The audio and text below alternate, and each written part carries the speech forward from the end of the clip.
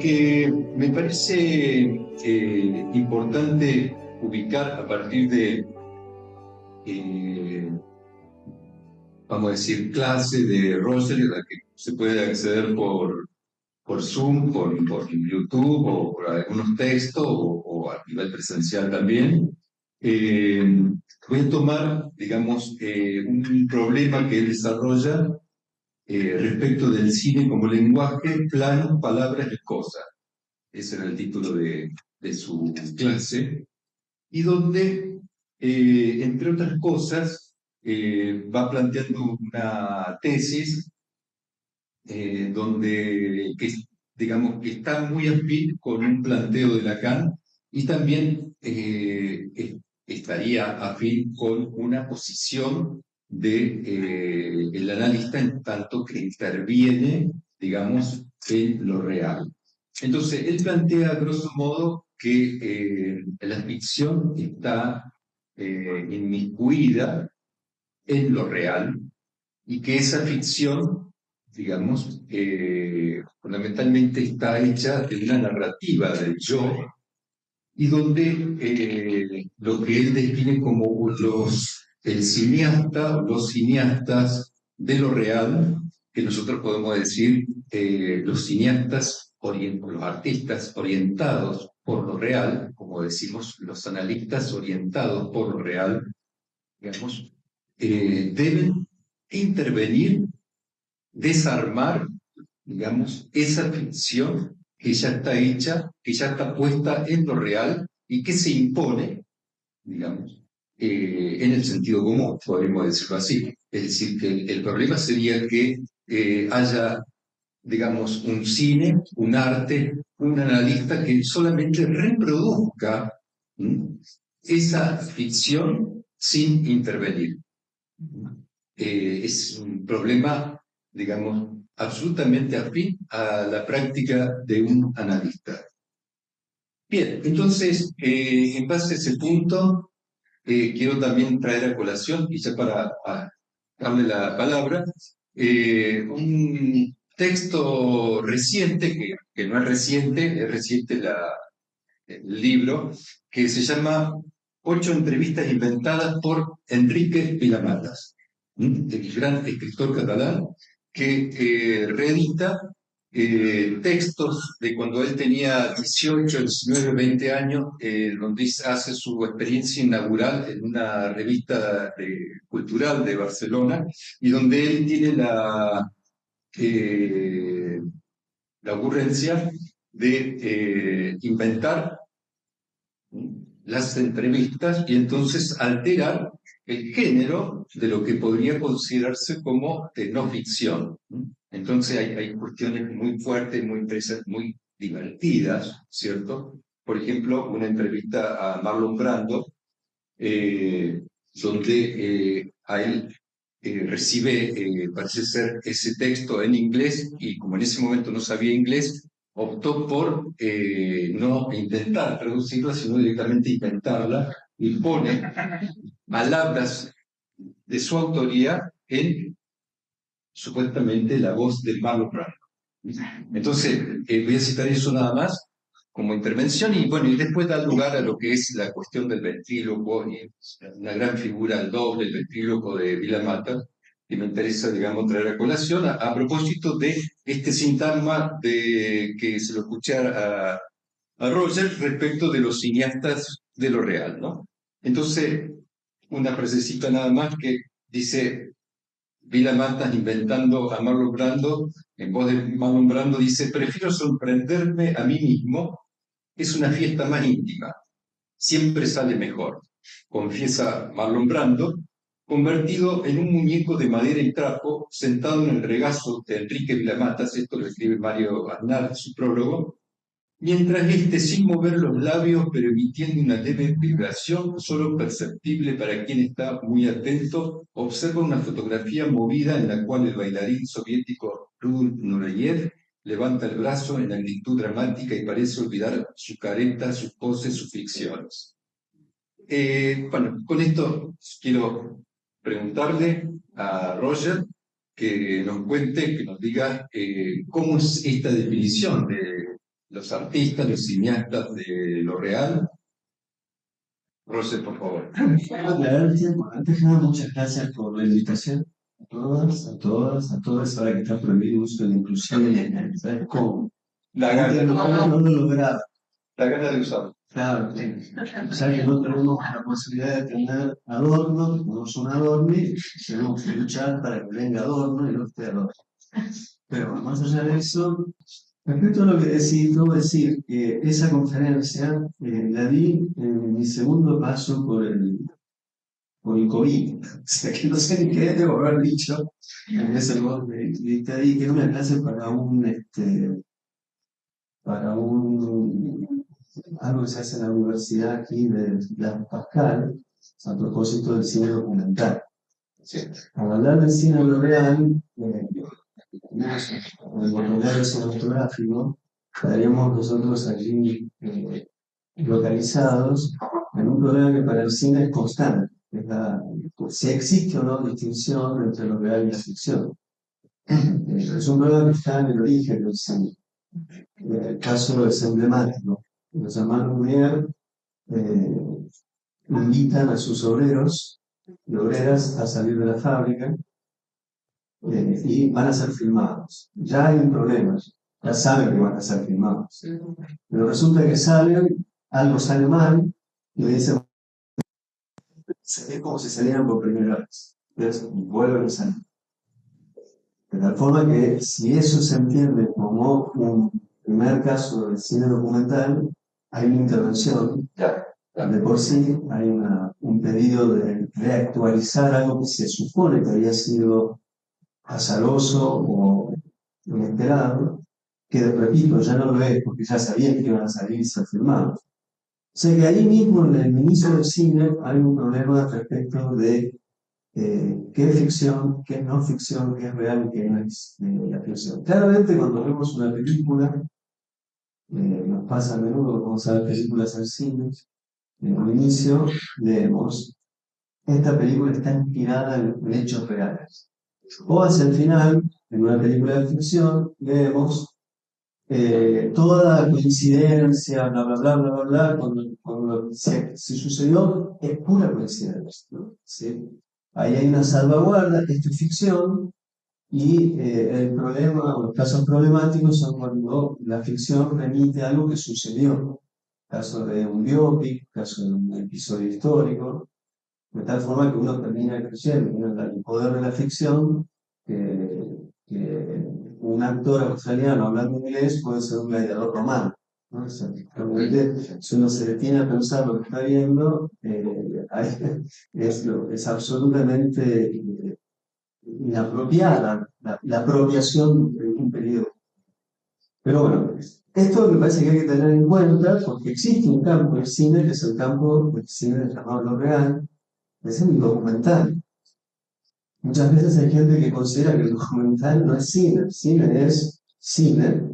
Puede tener, básicamente hay una posición frente a lo que se muestra, que si es ficción, están estas situaciones implícitas, basados en hechos reales o no tiene coincidencia. Pero cuando uno muestra un documental, no pone ni uno ni lo otro. Implica, habría, más allá del punto de vista, más allá de las posibilidades que tenga un cineasta de ser capaz de pensar en contra de sí, para que aquello que está filmando, si lo desdice en función de lo que él quiere o ella quiere, esté a la altura de las circunstancias de lo que recoge y pueda mostrar el resultado de una indagación de una institución, si se trata de un documental sobre una institución. Hay casos muy claros en el cine. Si uno ve las películas de Michael Moore, que la primera es Roger y yo, tengo problemas psicoanalíticos, vengo de estar 2 meses y medio sin diván, yo no creo en el diván a distancia, tipo internet, entonces no llegué ayer, no me dio no es verdad, o sea, no es ficción, podría ser, me gustaría, pero Bueno, capaz que cuando lo empezás a hablar ya de ficción. sí, por supuesto, no, yo creo que por la persona que leyó lo del prólogo, vez tuve la idea hace mucho tiempo de que cada vez que voy al análisis estoy en una situación de prólogo de mí. El libro nunca lo entiendo, pero al menos alcanzo. Uno lo dice, uy, qué bueno, voy a poder entender. Y después no sucede, y está bien que no suceda. Sería tremendo, me parece a mí, sería emular a Hegel, tener la autoconciencia de sí debería ser una desgracia. Pero claramente sí es importante intentar entender algo de lo que a alguien le sucede. Pero vamos a ordenar esto. Entonces, respecto a tu pregunta del cine lograr, pasa por eso, digamos, por alguien como Michael Moore, que realmente uno puede ver cómo él elige lo que le conviene para confirmar una tesis de lo que fue a buscar en una institución. Sería en ese caso un documentalista bastante poco virtuoso, bastante caprichoso, con algún momento gracioso, porque es un tipo que se pone frente a cámara y eso lo hace en algunos momentos alegre. Y si hay que decir, vive en un país que es una desgracia, que es Estados Unidos, en donde la crítica a las prácticas capitalistas pareciera ser una interdicción. Entonces, en ese lugar podríamos decir que cada tanto, sobre todo Roger and Me, que es la primera película de las mejores que hizo, que es sobre la desindustrialización en líneas generales de una ciudad que fue industrial clave para los Estados Unidos y para la lucha obrera estadounidense, que fue Detroit. Detroit es un lugar clave en la historia de ese país. Pero yo quisiera decir algo en relación a lo que vos, sobre lo que me invitaron los dos, respecto de los usos de la ficción. Entonces, yo quisiera decir dos o tres cosas y bueno, hago como les dije, hago lo que ustedes deseen, ustedes son los que me invitan. Si ustedes vienen a mi casa, que ya tienen que sacarse los zapatos, acá entiendo que hay una administración de la palabra y es muy claro donde uno aquí sentado como ustedes hablan y cómo se hablan entre sí. Entonces yo soy una heterogeneidad en este grupo y voy a tratar de legitimarme como heterogeneidad. Eh, para mí vivimos un tiempo, decir hermoso, de que es un régimen de locos. Eh, nunca fue tan evidente, nunca fue tan impregnante, cotidiano, de tal forma que es muy difícil por momentos tomar distancia de lo que se está viviendo. Uno está invitado a la locura permanentemente. Frente a eso, la pregunta es: ¿qué hace la ficción frente a la locura? Uno podría creer que si alguien cree que la ficción es verdadera, o que la ficción es la realidad, estaría relativamente loco. Sin embargo, me da la impresión que una forma hoy de hacer frente a este régimen de locos es tratar de pensar la ficción, no solamente los usos, sino los efectos de ellos.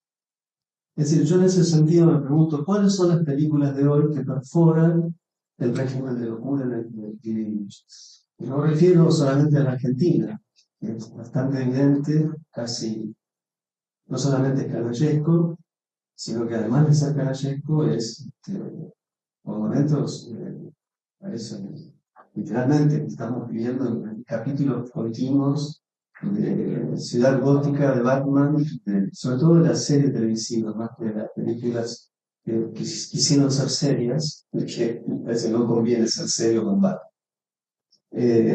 Entonces, frente a eso, yo me pregunto, ¿cuáles son las ficciones que agujerean en parte esta forma de vivir que se instala, se materializa, en donde si hay pasiones, son pasiones de resentimiento, son pasiones de obligación, y habría que realmente apropiarse ya fuera del psicoanálisis y sobre todo del decir de un psicoanalista francés en Francia, porque la palabra fraternidad, como se usó, me parece hermoso que sea discreta, no pareciera haber ni siquiera lugar a una fraternidad discreta en la opinión de los individuos, pero habría que apropiarse de eso bajo otras coordenadas. ¿Qué significaría hoy la fraternidad? Para mí es un tema crucial. Y diría yo que es un tema crucial que es la única manera de salvaguardar algo que está absolutamente herido desde el punto de vista que es el lazo social. Entonces, frente a estas dimensiones, pienso qué ficciones son las que permiten iluminar tenuemente, apenas tenuemente, una posibilidad de vida, las pasiones del océano del resentimiento. Y que en última instancia las ficciones permitan no usar la palabra de moda, pero vamos a usar la libre, no circulación de mercancías, sino la libre aceptación de los deseos, de los otros, de los propios. Porque da la impresión que estamos a muy pocos pasos de ya intervenir sobre el deseo de los otros desde un punto interpretar. ¿No? O sea, ya eso está pasando, al menos discursivamente. O sea, si alguien tiene la pasa bárbaro teniendo sexo de tal manera, para cierto discurso estatal, ya hay un deseo de regularizar eso. Eso después puede tener una contraparte jurídica.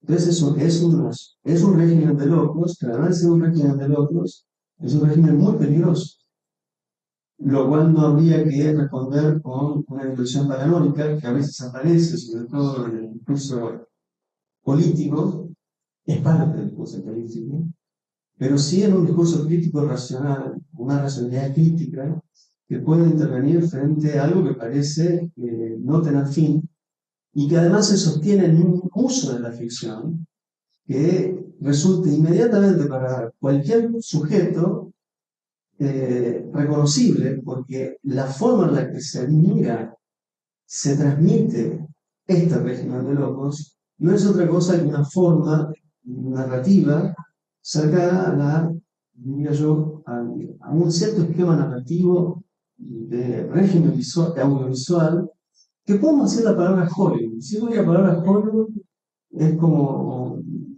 decir campos psicoanalíticos, ¿sí? Disculpen. Es todo y nada, según. Porque Hollywood tampoco es un ente uniforme, tiene de todo el interior. Hablando de fraternidades trágicas, no trágicas, fraternidades discretas, uno puede ver muchas cosas de Hollywood. Por ejemplo, uno puede ver John Wick 4 y todas las series de la Misión Imposible. Para mí lo más interesante de esas películas, no solamente desde el punto de vista formal, porque son películas distintas respecto de la velocidad de los planos y las secuencias, a propósito de otras películas de presuntamente del mismo género. Hay mayor fe en que se puede filmar un plano y sostenerlo, y no inmediatamente demandarle al espectador la recepción constante de 500 planos en menos de 2 minutos. Si hay una idea de, llamémosle, de palabra absolutamente agotada de realismo cinematográfico, el señor Tom Cruise hace él las proezas físicas, indirectamente está introduciendo todavía una resistencia de lo real en el corazón de la ficción, a favor de la ficción, puesto que no está falseando la proeza física que vemos, la está haciendo. Puede ser un demente él que tiene 60 años o que no parece y hace esas cosas, pero indirectamente sirve para pensar eso. Ahora, lo que más me interesa de las películas esas es que hay una primacía de una lealtad a los amigos que al Estado-Nación, que a las instituciones que tienen los Estados-Nación, y de pronto en el corazón de esas ficciones aparece una dimensión del fraterno. Es muy, muy peculiar. Es verdad, es una dimensión del fraterno masculino. ¿Sí? Habría que buscar la mirada femenina, tercera, o más allá de las identidades o lo que quiera. Pero me preocupa sí los usos de la ficción. Cuando La, el señor Bernie manda a arrasar literalmente un campo abierto donde había una cantidad de personas viviendo. Cuando se cuenta la presunta proeza de haber tenido éxito en ese arrasamiento, la forma de comunicación en un trailer prácticamente una película. Sí. Cuando Donald Trump, antes y ahora, cuenta algunas de sus proezas, la forma de cuando él vence supuestamente el COVID. El COVID, sí. El helicóptero. Exactamente. Estamos viendo una dimensión de un imaginario de la ficción que efectivamente está articulando deseos, cosas que ni siquiera ese sujeto puede pensar de sí. Cuando vemos al inicio de este momento histórico en el que estamos, cómo expresan fantasías Milei como un león todopoderoso,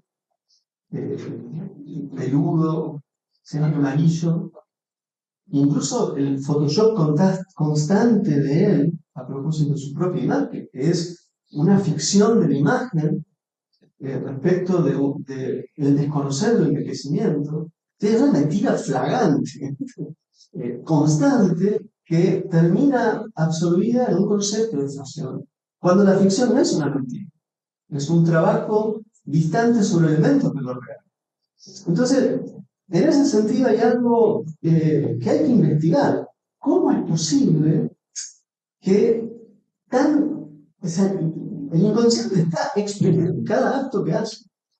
Cuando se pasea con el tanque, es otro momento de ficción en un sentido. Cuando la vicepresidenta, o a mí me gusta, vicepresidente Villarruel, se imagina como Wonder Woman y con una imagen de generación de inteligencia artificial se postea a sí misma con un escudo, es una cosa alucinante lo que estamos viendo, porque lo que estamos observando es cómo se ha articulado el inconsciente colectivo de los últimos 40 años. Toda esa generación que fue así contenta a ver desde Star Wars en adelante, todo eso está en una réplica constante y en una forma de pensar, casi diría yo, el mundo bajo categorías infantiles, en donde lo que estamos constantemente observando es una lectura del mundo no solamente reduccionista y no solamente infantil, sino casi diría gnóstica, o sea, los buenos, los malos, o sea, los Sí, sintagmas. Sí. Claro, la cuestión de la literalidad más Absoluta. es absoluta, ¿no? Es decir, vamos a decir, la cuestión de Lacan es un aplastamiento, una exclusión de lo simbólico, es decir, una eliminación absoluta de la metáfora, de la alusión, de la ironía, y solo un aplastamiento de lo imaginario en lo real, ¿no? Por eso es la literalidad tan cruda y tan burda, ¿no? Que vamos a decir, si nos ubicamos nosotros almas sensibles que leemos, no podemos dejar de sorprendernos y no podemos creer, digamos, ¿no? Pero capaz que vamos y hablamos con el carnicero, el verdulero, qué sé yo, cualquier persona, digamos, dice, sí, el mundo siempre fue así, te dice, pero ¿cómo puede ser, digamos, ¿no? Es decir, que es en un punto en cuanto a la estrategia, vamos a decir, de política del arte y la política del psicoanálisis, como, ¿qué hacemos con la ficción? Digamos, la ficción da cuenta de lo real para nosotros. Esa es la clave, no se opone en un punto a lo real, sino que va a, digamos, articular lo real. Una de las grandes frases voy a tomar como aforismo de Lacan, lo voy a recordar, es en los años 50, donde había un privilegio de lo simbólico, es la verdad tiene estructura de ficción. Y otra después, en los años 70, habla de la ficción y canto, de la palabra y el lenguaje. Ahí tenemos la dimensión de la resonancia, ¿no? Con ese canto. Sigamos, por favor. No, yo a mí me gusta así que sea como a mí me vuelta, a ver, sí, es muy bueno. Ahora, realmente hay unos, creo que les dejo que acabas de decir, porque se ha hecho una resonancia, de que hay por momentos una absoluta perplejidad frente a lo que está sucediendo. Como si todos nuestros saberes fueran pocos, estériles, para poder ver cómo se puede reconducir una posibilidad crítica en donde la crítica no sea yo hablo de eso que sucede, sino cómo hablamos con todos los que están involucrados en eso que sucede. Eso para mí, yo escuchaba esta conversación con el PRE, yo puedo estar fascinado, he leído la cara bastante, hace no mucho, ahora hace un tiempo que lo leo, pero claro, digo, esto conozco, esto es parte de mi mundo, de mi pasado que me presente. Pero al mismo tiempo decía, el mundo del que estamos, este mundo, es un mundo aislado, obligado, acallado en el mundo en el que estamos. Lo cual no significa algo que me parece tremendo cuando se dice, no, hay que adaptarse a nuestro tiempo. No, hay que ir a nuestro tiempo y hay que ver cómo mediar con nuestro tiempo desde este saber que tenemos, que desde mi punto de vista es un saber que proviene del siglo XX. O sea, el cine es del siglo XX, el psicoanálisis del siglo XX y el siglo XXI pareciera negar hablar en esas dos lenguas. Para mí hay un legado de la tradición cinematográfica, como hay un legado de la tradición crítica psicoanalítica. No sé cómo se hace, realmente no lo sé. Pienso cómo son las mediaciones que hacemos con aquellos que primero están ya absolutamente alejados de poder afrontar un texto. ¿Y qué decía de la calle? O sea, un texto de la calle, para mí un texto de la calle, cualquier seminario lleva una primera lectura, lleva 6 horas. ¿Quién lee hoy concentradamente 6 horas? Nada. O sea, si hay una plaga, diría que la gran plaga es la dispersión. O sea, allí hay algo tremendo, pasa con el cine. El régimen acelerado de imágenes no es otra cosa que mantener un espectador en situación de atención, porque en cuanto la imagen pierda su aceleración, lo pierde el espectador. Lo cual es pactar con el demonio. Porque si un sujeto en un mundo que se escribe en imágenes no aprende a leer las imágenes psicoanalíticamente, desde un punto de vista de la distancia, para reordenar esa sucesión de imágenes, bueno, uno es en un sentido un analfabeto visual, sonoro. Hay un problema muy serio en eso, sí. Y ese es un problema que ya está por fuera de la ficción, es la estructura misma de la relación que nosotros establecemos con las imágenes. Eso es un tema, para mí, en este momento más que nunca. En una sociedad que, en líneas generales, es ágrafa. La sociedad de hoy es ágrafa. Entonces, y además, la invención del cine existe en cuanto a imagen y sonido, pero existe en cuanto a imagen y sonido en tanto y en cuanto haya una intervención de la palabra. Cuando vos hablabas cuando hablaron del muchacho que habló del prólogo, ese enorme libro que he conocido como misceláneo, que arranca con el prólogo del prólogo de los prólogos, que es muy gracioso lo que hace Borges. Bueno,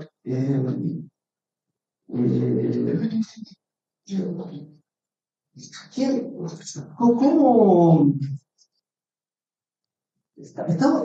es muy difícil de entender porque no hay un contacto de la imagen con la lectura? La palabra ha perdido el encuentro con la imagen. Y ahí hay un problema para mí muy serio, pero realmente serio. Puesto que todo sujeto pareciera ser, en tanto sujeto lo es, en tanto existe una imagen de sí compartida. O sea, la demanda del Instagram, la demanda del Facebook, del Twitter, esas demandas constantes de postearse para existir, es un régimen de relación con las imágenes. El hecho de fotografiar, de filmar, etc. Bueno, el cine nació en una época donde la palabra era necesaria para la imagen. Había una relación intrínseca entre uno y el otro. La crítica tenía que ver con eso, el psicoanálisis tenía que ver con eso. Y ahí para mí hay un punto a indagar, que bueno, tengo algunas ideas más, no quiero hablar mucho tiempo. Sí. Pero sí quiero decir, o volver a esa idea de los usos de la ficción, que está en relación primero para cerrar, para que como plantean el tiempo. Yo soy alguien que puede hablar mucho tiempo, pero tengan cuidado. Yo puedo hablar 5 horas sin parar, en eso soy un catrista también. Hay una gran escena de una película de un cineasta palestino, se puede hablar de Palestina por la facilidad. En Líbano también. Bueno, hay un cineasta palestino que es Elías Suleimán, es un corto muy gracioso, donde él llega a Cuba, es un cineasta que no habla, mira, y se muestra a sí mismo en la pantalla mirando. Entonces mira todo, claro, la forma de mirar, Cuba le pareció una alucinación, ¿no? En este momento. Entonces se supone que Fidel lo va a recibir y en el consulado le dicen, cuando termina el discurso, lo va a recibir. Bueno, entonces, llega al hotel, prende la tele, va a dar una vuelta, va al zoológico, mira, un zoológico sin animales, mira a la gente, ve los turistas sacándose fotos, qué raro es este lugar, vuelve al hotel, prende la tele, Fidel sigue. Todo el corte es que Fidel sigue hablando y él no lo ve. Así que tengan cuidado, estos que están acá. Pero bueno, volviendo al tema, para terminar, al menos, yo me pregunto eso, digamos, la estructura de ficción es lo que sostiene este régimen de locos. Y se puede ver muy claramente porque el inconsciente realmente está expuesto día a día. Entonces la pregunta que le hago constantemente es cuáles son las ficciones que funcionan como un contrapeso a esa ficción. Y es difícil de ver, si uno tiene que pensar en el cine, son películas que de pronto tienen una aparición, que a veces hasta conquistan algún tipo de interés del público. Por ejemplo, El Joker. Para mí esa es una película clave. Más allá de plantear un problema acerca de la identidad, en el sentido que la identidad no es una regulación fija o una esencia metafísica, sino más bien un accidente, y de hecho que el accidente en la película también llama el accidente del sujeto, es una gran intuición. No creo que Ortega piense en demasía, conociéndolo. Sí pienso que Casas, que es uno de los guionistas, piensa algunas cosas al respecto, puesto que ese tipo de lectura aparece en otras películas que Casas interviene, sea de Rodrigo Moreno, que esa es otra película importante, Los delincuentes, como Eureka de Alonso. que un plagio, una actividad del programa, después te contaba. Hicimos una actividad del programa con. ¿Robar un banco? No, todavía no. Es hora que se pongan los pantalones. No, eso ya no. El siglo pasado. Porque sabes que justo hemos trabajado, Tarragona terminó también, en el 2012, por ahí, un espacio que trabajamos Juan L. Ortiz y la gran salina de Ricardo Celedazán. Y justo aparecen en la película, y digo, están plagiando, no han plagiado el programa, ¿no? O nosotros lo hemos plagiado anticipadamente. Pero bueno, son juegos que hacemos. No, el plagio es algo hermoso, ¿no?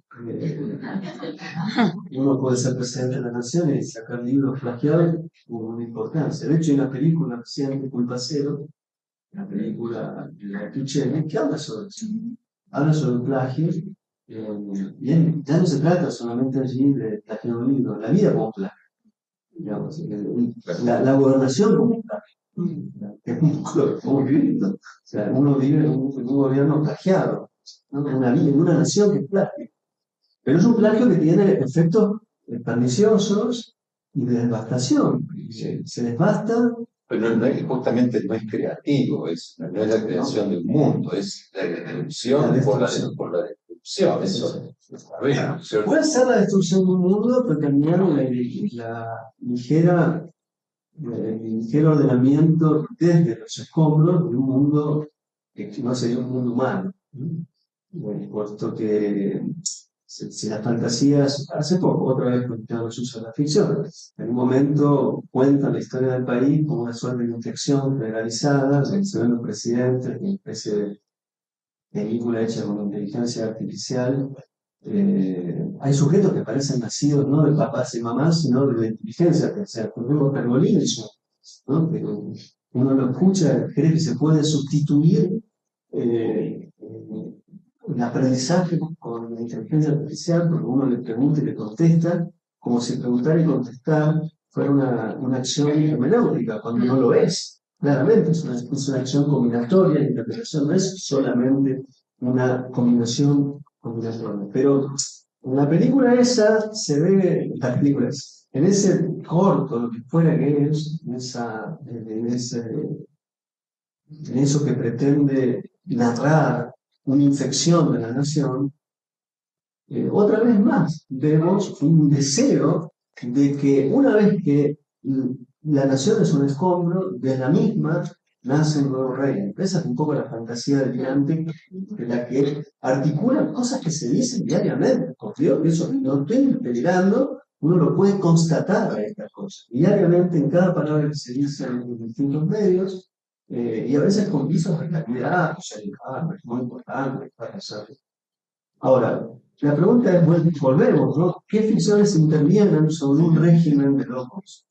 La película de Ortega para mí es importante en ese sentido, con muchos motivos. Primero porque es una película alocada, es una película rarísima para el sistema de cine argentino industrial, y que haya llevado a 100.000 personas, además de contradecir al imbécil que dirige el Inca, que es un economista, no sabe probablemente ni de economía, es nada, y muchas otras cosas probablemente tampoco, pero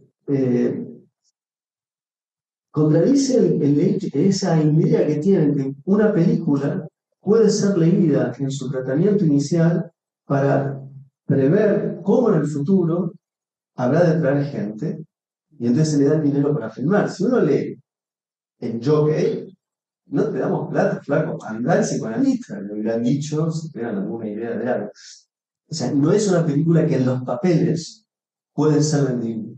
Y sin embargo, la película tiene una libertad rarísima en su interior y que llevó mucho público. 100.000 personas hoy es el equivalente a Nazareno Cruz y el Lobo en el 70 y pico, que llevó 4 millones de personas.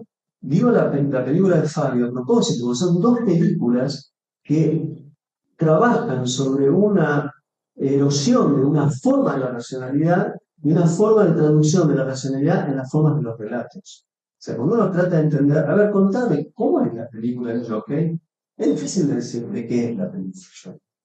Ahora, lo que me parece importante a mí es que esa película predispone a gente a pensar algo de otra manera.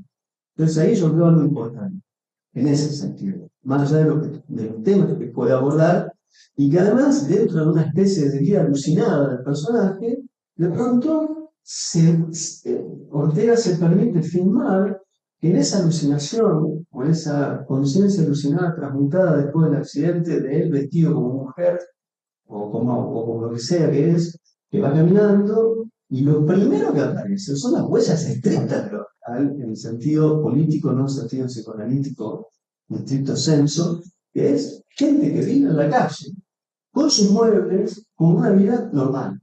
Cosa que pasa acá a la vuelta, que uno no mira, porque cuando ve está el teléfono. O sea, porque si uno quiere confrontar y sentir cada momento que pasa eso, no solamente estamos en el régimen de los locos, sino que es un régimen de los locos que lastima, hiere, perfora la propia vida de uno, y uno queda en desprotección. Pero ahí tenemos una ficción distinta. Podría seguir, Para mí, una de las películas más importantes que se hicieron este año, y con esto termino, no es argentina, se llama El Imperio. Es una película a propósito de Bruno Dumont. Bruno Dumont, cineasta francés. Él es una película que parodia la Guerra de las Galaxias. Y parodia esta simplificación metafísica, política, identitaria, los buenos, los malos, en un film que se ríe de ese universo con mucha altura, porque entiende que también me puedo reír hasta acá, puesto que después de reírme hasta acá, tengo que entender que esas personas, mayoritariamente, en ese universo simbólico, se sostiene la identidad de la mayoría. Entonces no se puede tampoco ofender. Sí se puede parodiar en una parodia amorosa para ver si en esa forma de representación se inmiscuye, se agujerea, se perfora un rígido modo de lectura del mundo y de experiencia de sí. Claro, pero ahí no está justamente la eliminación, por lo que decir, la eliminación del otro. No, claro. ¿No? Que es el viejo paradigma, digamos, del fascismo, no actualizado actualmente, ¿no? Como decir, lo amoroso está, el otro existe, y en una de esas también necesito del otro, ¿no? Y bueno, es un punto muy importante, digamos, que ya haciendo una lectura vamos a abrir, digamos, Yo acá terminé porque si no sigo hablando. por supuesto. Ahí, Juan, Quería preguntarte, ¿querés acercarte para la gente del Zoom? bueno, en principio agradecer, hola a los que están en el Zoom. Eh, bueno, agradecerte y preguntarte, en realidad pensaba en algo mientras te escuchaba con mucha atención, esta cuestión de la ficción y la realidad, ¿no? Digo realidad para que es parte del traje de la vida, ¿no? Donde desde el comienzo, podríamos decir, de esta actividad, que es el registro de la experiencia, y acá sí uso la palabra real en el sentido de como estamos usando vos, ya desde el comienzo hay cierta contradicción. Son los hermanos Lumière que los hacen volver a salir para registrar algo del orden de lo real o de la realidad. Pienso que eso ya es una condición intrínseca del lenguaje. Y entonces, partiendo de esta cuestión que está en el inicio del discurso cinematográfico, está en el inicio como condición de estructura del discurso cinematográfico.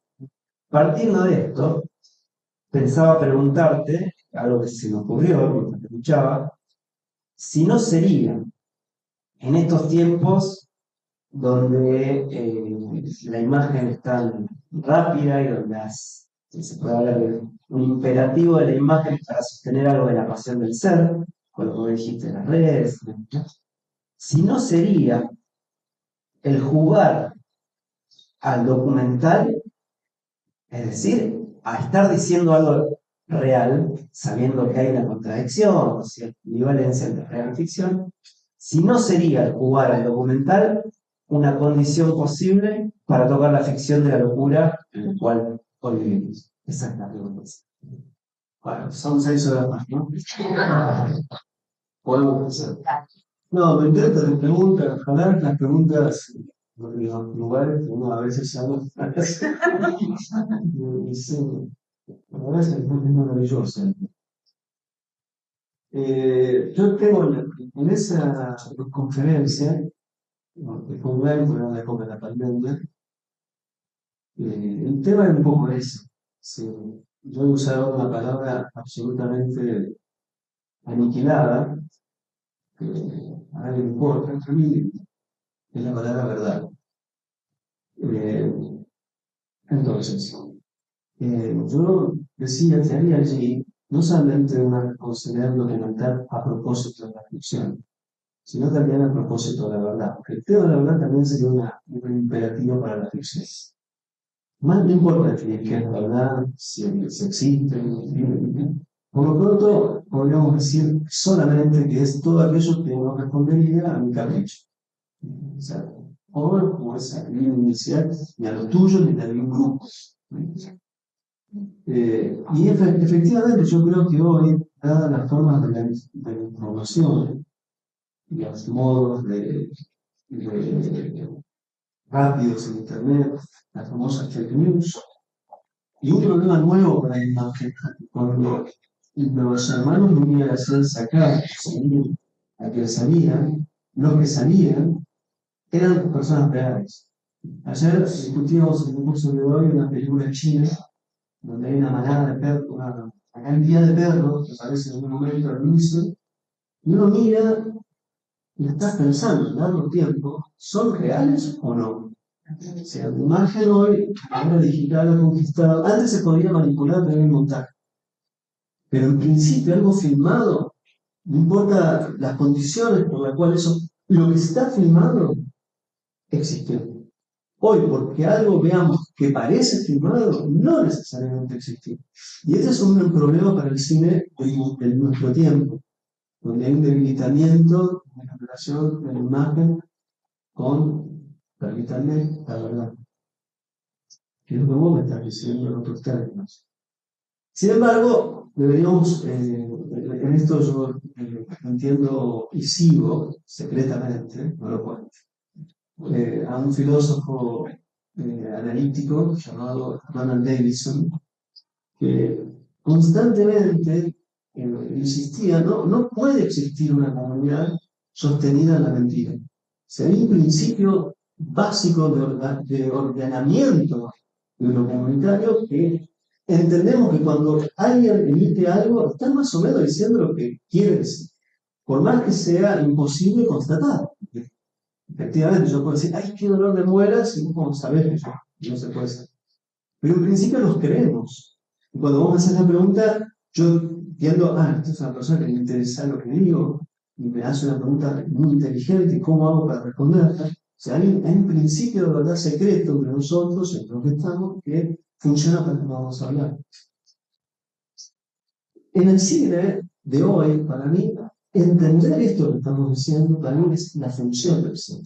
Porque es la única televisión que trabaja con imagen y sonido en movimiento, que nació en un tiempo donde lo que estamos diciendo acá en general tenía importancia. El resto de los modelos comunicacionales asociados a imagen y sonido y movimiento están absolutamente disociadas de esa tradición.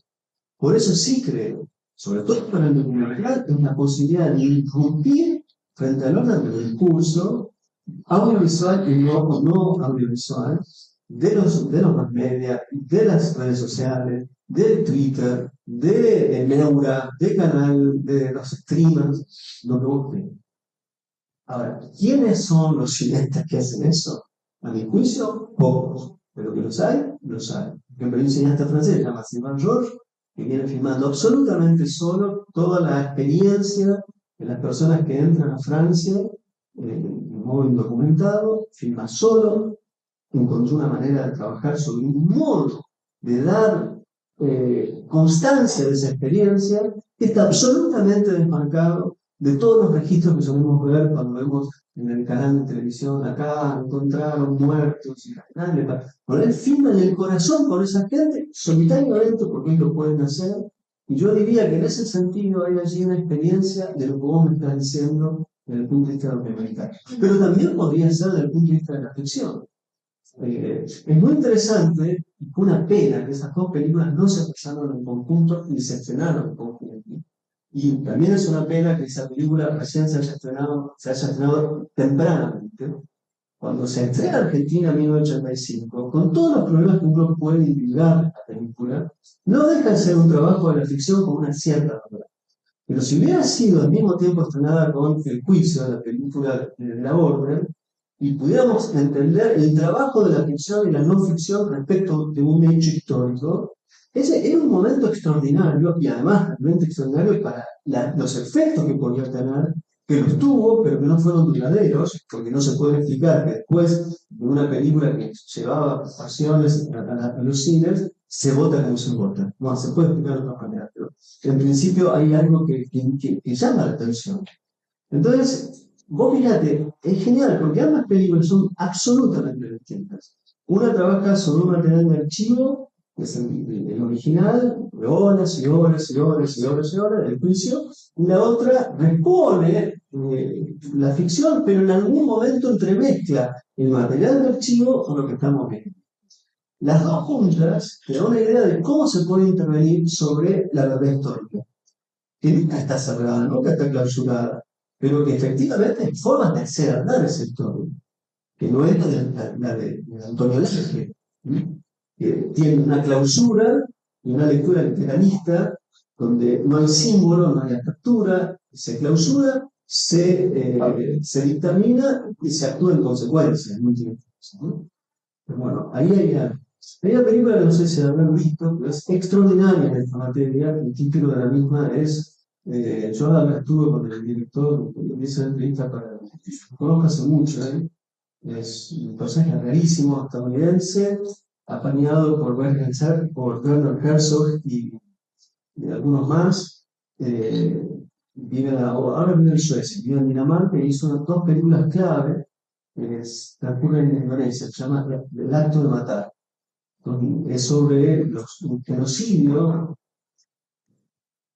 inexplicable en 1965-66 en Indonesia, y cómo luego los perpetradores de ese genocidio que siguen en el poder han logrado de alguna manera contar una historia de cómo las cosas fueron. Él lo filma y en ese documental filma incluso el imaginario de esos monstruos. En realidad no son monstruos, son personas.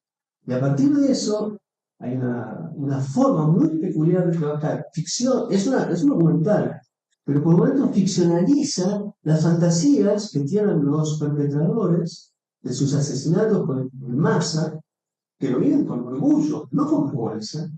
Lo firma, le permite una forma de representar sin clausurar la representación. Sin clausurar la representación significa que en algún momento la representación de lo que imaginan falla, de tal forma que no les da la razón. Ese es el gran gesto estético que tiene esa película. Ahora, es una alucinación esa película, porque es como si en 20 años alguien pudiera filmar el imaginario de Adorni. Para esto no han matado a nadie por ahora, pero poder filmar ese interior. Ese tipo lo conquistó. Es muy raro ese película, también es muy raro. The Art of Killing de Joshua Oppenheimer. Es muy difícil de ver, muy controversial.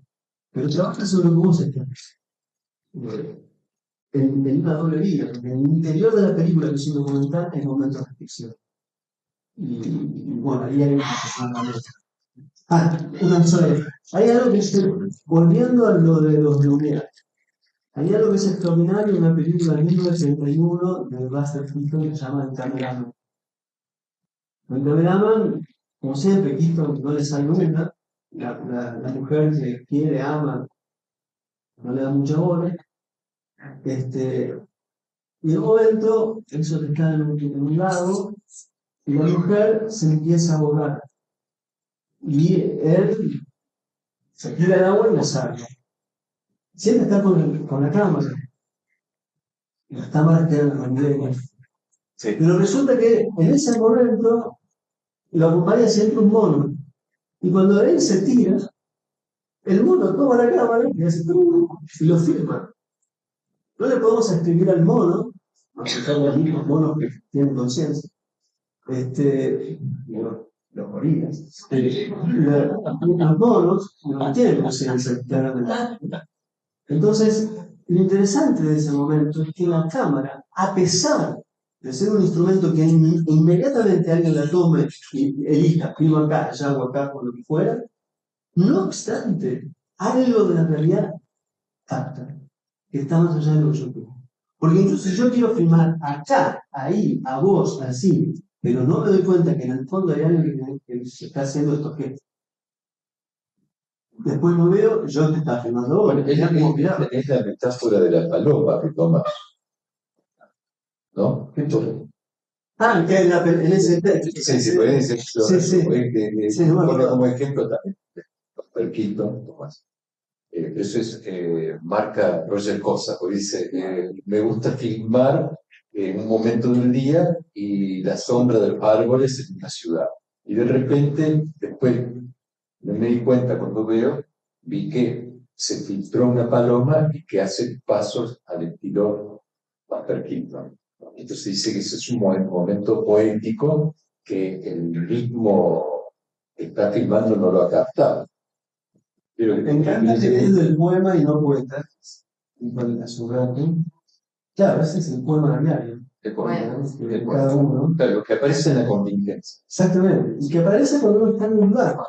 Porque uno empieza a hablar en el diván. Ah, No habla, ah, usted lo controla, es el juego, obviamente. En mi caso soy un veterano, los veteranos de guerra, los veteranos del exterior. Yo estoy en guerra contra mí mismo, entonces trato de ver si lo puedo vencer, no lo logro. Y 24 años hablando, ya uno controla un poco. Me acuerdo que había ahí, ¿qué más me van las palabras de la boca? Por eso la experiencia era eso. Sin embargo, en todo momento analítico hay un momento de descubrimiento porque uno dice algo que es lo más propio de uno y sin embargo jamás uno por sí mismo podría haber llegado a pensar eso. Claro, hay que estar en ese dispositivo. María Marta quiere preguntar. No, Estamos muy bien. Entre paréntesis, es para ilustrar a la gente que está estudiando el seminario 23 de Lacan, este ejemplo de Roger Cosa sobre la paloma se puede articular a la belleza en la contingencia que habla Lacan respecto de Hogar en el seminario 23. Anotamos para el próximo año. o Sigamos. sea, de los primeros textos al sur. Sí, desde que empezaste, tomé la palabra cuando dijiste difícil de ver, ¿no? Una película difícil de ver y automáticamente pusiste al lado Buster Keaton. Que un poco ya lo venías haciendo con esa película. Porque cuando empezaste a hablar yo me acordaba de haber visto una película, Videogramas de una revolución, un Faroqui, y después leí el libro. Y en el libro, desconfiar de las imágenes, él quería hacer un documental sobre el napalm, cómo quema el napalm. Entonces él dice, no le podemos mostrar esto a la gente porque la gente no lo quiere ver. Entonces agarra, mete su mano en la cámara y se quema con un cigarrillo y eso hace pasar la luz. Entonces pensaba en esta época de la visceralidad, de la aceleración, que también sucede algo, porque me había quedado pensando en los efectos de la ficción, que es, no importa la idea, digamos, sino que hay una idea de que se fija la satisfacción en una imagen, pero la que uno quiere. Es como, ¿no?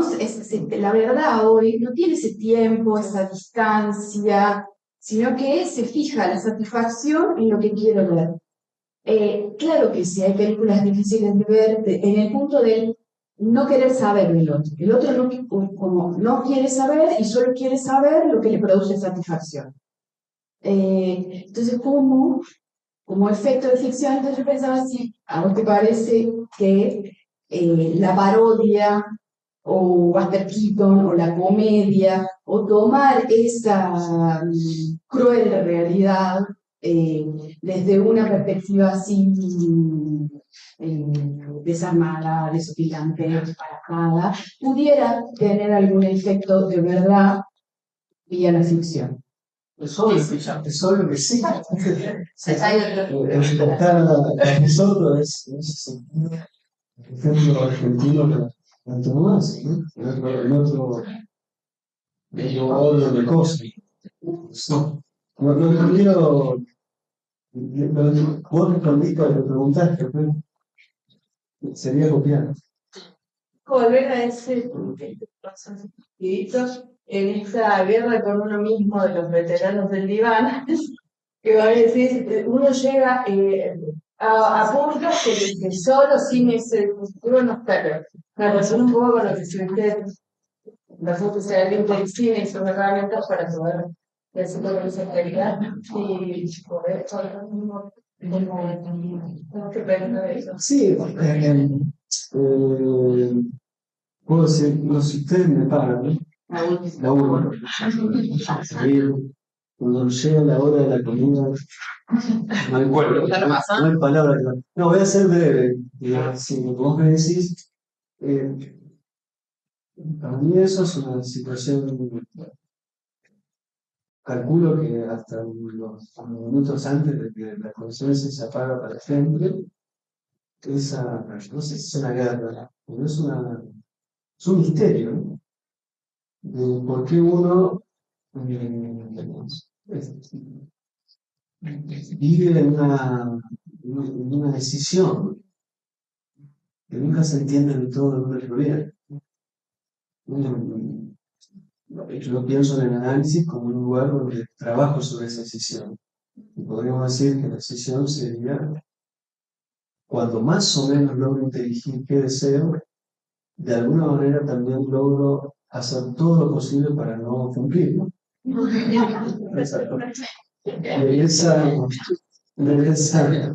De esa obstinación pasan los días, es como leer.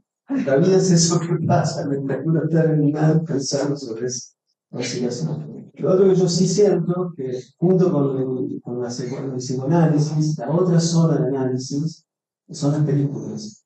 Para mí, el libro que recomiendo enfáticamente se llama Perseverancia, el señor llamó Sergio. Es una forma de entender cómo las películas pueden ser un psicoanálisis indirecto. Que creo que si además uno tiene una experiencia psicoanalítica, ayuda muchísimo. Pero ese libro para mí es claro, porque pensar con las películas, eso que a veces uno piensa en el diván. Pues la pantalla y el diván son los lugares de ir a chequear en qué punto estoy en la decisión. Eso.